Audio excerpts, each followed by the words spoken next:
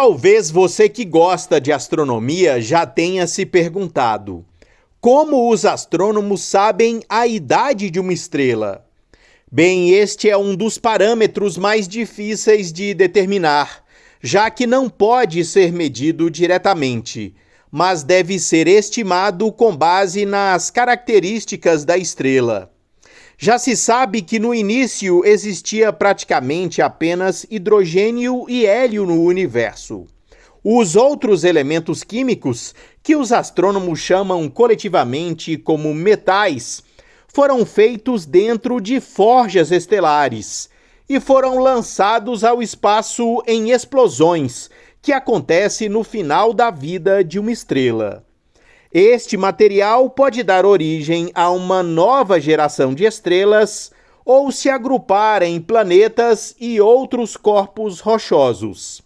Assim como você pode concluir, quanto mais velha uma estrela, menos metais possui, tem menor metalicidade. Tá parecendo até aula, mas prometo que não vai ser chata. Peraí, você tá aí ainda, né? Então vamos lá. O brilho e a composição química das estrelas permitem que os astrônomos calculem a idade da estrela com base nos modelos de formação estelar. Usando dados do telescópio Gaia da Agência Espacial Europeia, os astrônomos mostraram que uma parte da Via Láctea, conhecida como disco espesso, começou a se formar há 13 bilhões de anos, cerca de 2 bilhões de anos antes do esperado e apenas 0,8 bilhões de anos após o Big Bang. Antes de Gaia, os astrônomos trabalhavam rotineiramente com incertezas de 20 a 40%, o que poderia resultar na imprecisão das idades determinadas em 1 bilhão de anos ou mais. Com os dados de brilho obtidos por Gaia, foi possível determinar a idade de estrelas com precisão inédita. O resultado vem de uma análise realizada por Mao Cheng-Xiang e Hans Walter Higgs, do Instituto Max Planck de Astronomia na Alemanha.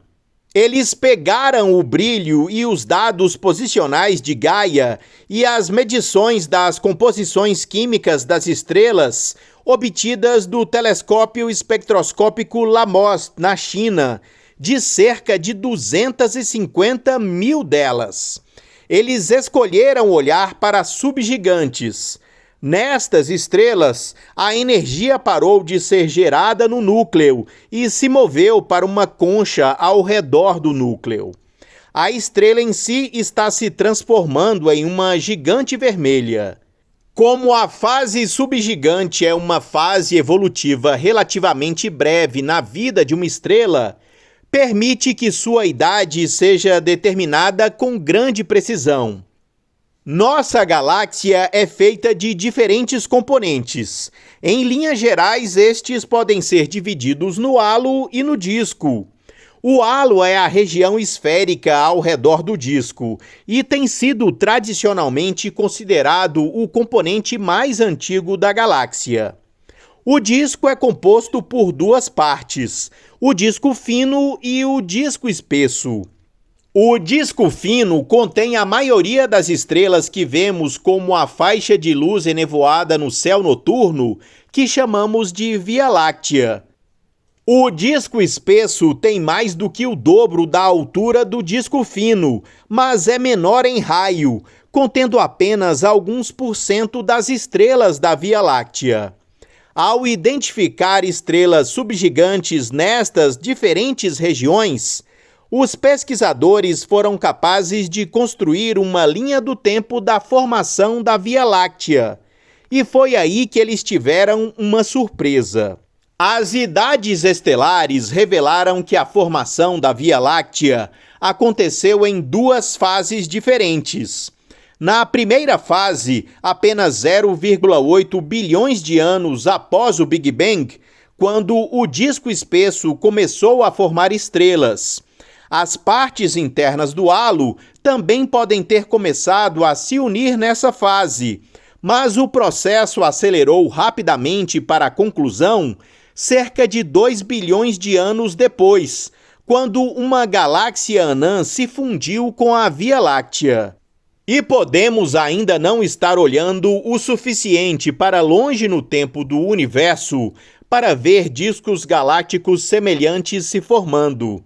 Uma idade de 13 bilhões de anos corresponde a um desvio vermelho de 7, onde o desvio para o vermelho é uma medida de quão longe um objeto celeste está, e assim quanto tempo sua luz levou para cruzar o espaço e chegar até nós. Novas observações podem vir em um futuro próximo do telescópio espacial James Webb, que foi otimizado para ver as primeiras galáxias semelhantes à Via Láctea no universo. A pesquisa foi publicada na revista Nature. Este foi o Minuto News, uma pílula com notícias sobre ciências.